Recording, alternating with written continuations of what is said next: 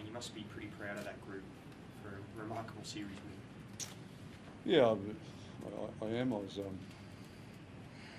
elated with their effort and a lot of adversity out there tonight, and they just kept responding. Where does that rank in things you've been involved in, Wayne? Oh, it's too early for me to rank anything right now. Need to sleep on it? Probably. Might be a couple of years. You blooded 14 players in this series, one. I mean, it is quite remarkable when you think of it in that context, I guess, of what you've achieved. Well, we achieved something similar in 2001. We brought Alf back for that third game, and I think the key to us tonight was getting Munster back on the field for this game. And we didn't have to bring him from England. We just had to make sure his head was okay. Daly, you mentioned it on the field there after the game about the worst team in 40 years, John. How much did that actually motivate the team within the camp? Yeah, look, probably motivated us all a little bit. You know, Wayne gave 14 people an opportunity to play for Queensland. None of them weren't deserving of their opportunity, so you know, it's probably just a nice moment for us to all sort of sit there and think about it. You know, the media can sometimes motivate you as a player, but there was more than that out there tonight. We were playing for each other, but that was just a nice little finish. Wayne, all the debutants in the series were outstanding, but Harry Grant tonight showed he's got something special, hasn't he? Yeah, no, he was very good. But you know, Jake did a lot of work for 25 minutes. You know, it's a lot different coming off the bench than just starting the game. And but Harry was he was what we need. That's the reason why I did what I did, to try and get that momentum, keep that momentum that Jake would be building on out there and getting us into the groove, and for him to come and get the advantage of all that. And he did that magnificently. And I kept both of those guys on for long periods of time. You don't normally play with two hookers, but they were doing the job for me, and I just left them there. Sorry, getting strapped. Was there anything wrong with this? Pardon? We saw Harry Grant getting strapped. Yeah, he's got a bit of a shoulder knock, but he's okay. Daly, one of the most satisfying, I mean, this 3-week period leading this team must surely be one of the most satisfying periods of your career. Now you've got this result tonight. Yeah, Wayne would be able to sort of talk about the sacrifice that everyone made at club level this year. And there was another big sacrifice for both sides this year, time away from family and close ones. So we sort of spoke about that. If we're going to be away from our loved ones, we want to make it worthwhile. And it certainly got us over the line tonight. I thought we all played for each other and made it a special night. Extra special, Daly, just knowing you were in charge of so many fresh faces there to achieve something that not many people thought you could do. You sort of allowed that to sink into what you've been able to achieve. Oh, yeah, look, I'm the lucky one who gets to call myself the captain, but there's a lot that goes into a camp. We had a lot of great coaching staff. Wayne led that. Mal, Neil, there's a lot there. A lot of players that put their hand up as well, so it's a massive effort from everyone involved in the squad. Daly, it's your first time being coached by Wayne, I think. Can you tell me what he brought to the camp this year? Want me to tell? Apart from humour? Yeah, no, he's it's a pass mark, eh, Wayne? Yeah, just a pass. Wayne, Daisy, what does it mean to you to captain a Queensland winning Origin series team? I mean, you've had a bit of heartbreak in this arena over a few years, but to come out now with this team and lift that shield, what does that mean to you? Yeah, it's a very special moment.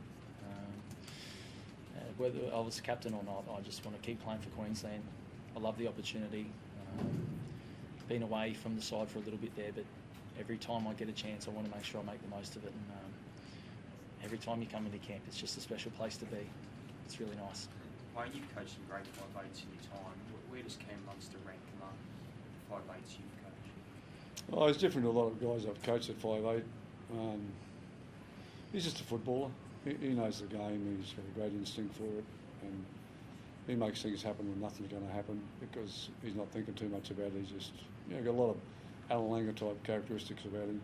Just can make it happen. But he doesn't need a plan to play to. He just backs his instinct. Wayne, would you like to coach this team next year? Oh, look, that's not going to be a path I'm going to go down right now. I'm not in a good place emotionally. So you can barely make the wrong decisions when you're there. It's a pretty emotional night for all of us. After that game, Wayne, have you ever been attacked like that by a bunch of players? Because it was pretty full on. They almost brought you down. Yeah, no. Oh, look, it's great rapport amongst us all. We had 27 guys and they all feel part of it. And 3 of them didn't get to play at all in the game. We played 24 of them. But everybody feels that they were part of it, and that's the way I want it. And, yeah, they've been a great group to work with and really special. You made the call during the week that was like 50,000 here tonight. Obviously, we found out there's going to be 50. It made a difference, do you think? Well, I think for me personally, one of the things tonight was about, it was 40 years tonight that we started Origin.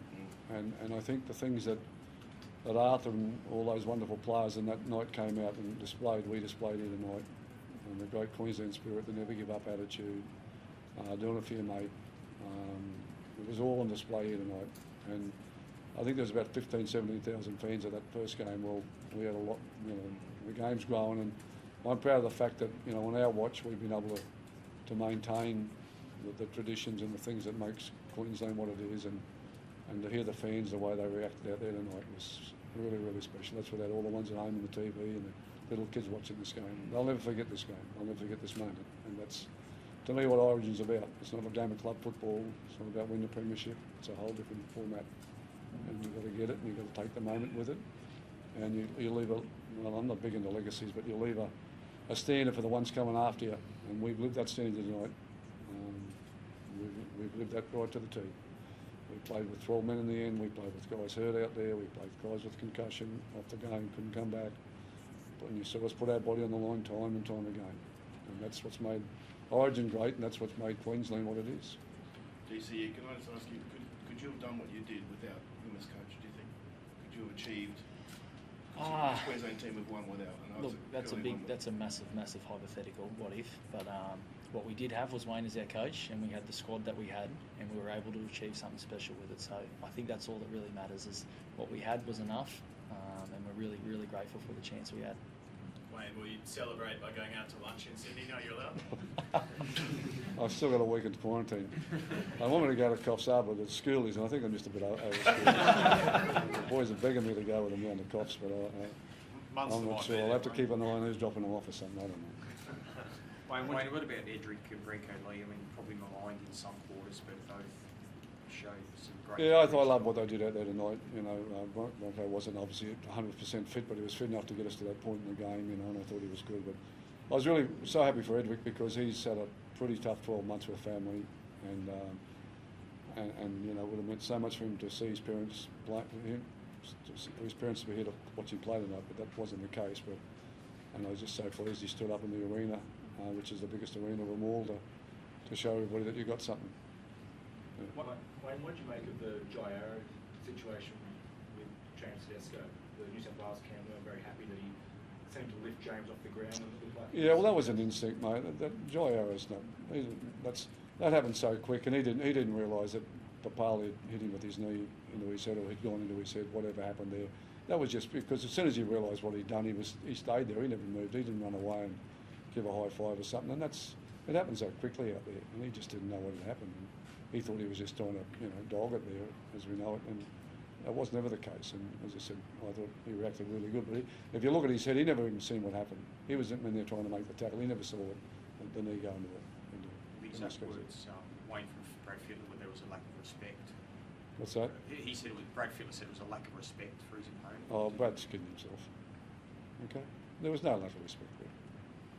Just watch it again. Okay. Thank you. Thanks, guys. Thanks, gentlemen. Appreciate it. Thanks, Mick.